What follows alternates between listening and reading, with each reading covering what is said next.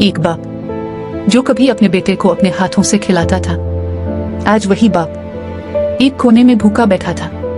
घर में सब कुछ था, खाना भी था, लोग भी थे, मगर इसके लिए वक्त और एहसास किसी के पास नहीं था। इसका बेटा अपनी बीवी के साथ खुशी से खाना खा रहा था और बाप को बिल्कुल भूल चुका था।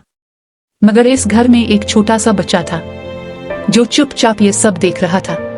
वो आहिस्ता से उठा और चुपके से थोड़ा सा खाना लेकर अपने दादा के पास आ गया।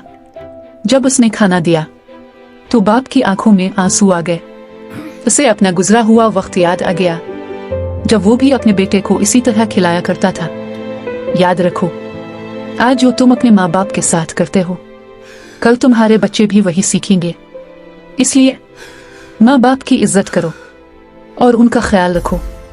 अगर ये कहानी आपको अच्छी लगी हो तो वीडियो को लाइक करें और चैनल को सब्सक्राइब जरूर करें।